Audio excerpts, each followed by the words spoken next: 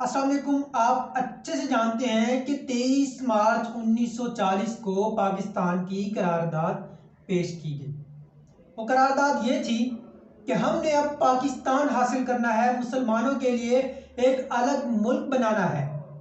उस मुल्क बनाने के लिए पहले इरादा किया गया, पहले वादा किया गया, पहले अहद किया गया, पहले खुद की हिम्मत बांधी गई, खुद में जोश जज्बा पैदा किया गया, फिर उसके लिए मेहनत की गई, मुसलमानों के लिए एक अलग मुल्क बनाया गया। वो मुल्क जिसमें आज हम रहते हैं, पाकिस्तान, जो कि एक आज़ाद मुल्क है, हर तरह से आज़ाद है।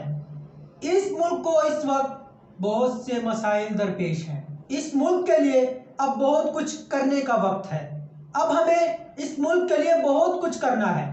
जैसे एक करारदाद 23 मार्च को पेश की गई थी, आज भी 23 मार्च को आपको एक करारदाद पेश करनी है। वो करारदाद आपने किसी और के आगे नहीं पेश करनी, वो आपने खुद के आगे पेश करनी है।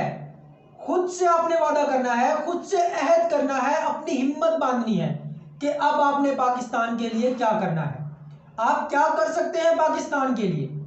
आप आज ही एक करारदाद खुद को पेश कीजिए कि आप कैसे पाकिस्तान की खिदमत कर सकते हैं। आप अभी वादा कीजिए, आप अपने आप के लिए मेहनत करेंगे, आप खुद को आगे लेकर आएंगे। जब आप अपने लिए मेहनत करेंगे, जब आप खुद को खुशहाल करेंगे, तो आप अपनी फैमिली को खुशहाल करने का वादा कीजिए। आप वादा कीजिए कि आप अपनी फैमिली को खुशहाल करेंगे। उसके बाद आप ये वादा कीजिए, आप जिस शहर में रहते हैं उस शहर के लिए आप कुछ करेंगे। जब हम सब मिलकर खुद को, अपने खानदान को, अपने शहर को बेहतर करेंगे, तो एक दिन ये मुल्क भी बेहतर हो जाएगा। इस मुल्क में जो मसाइल हैं उस पर हम इंशाल्लाह काबू पाएंगे।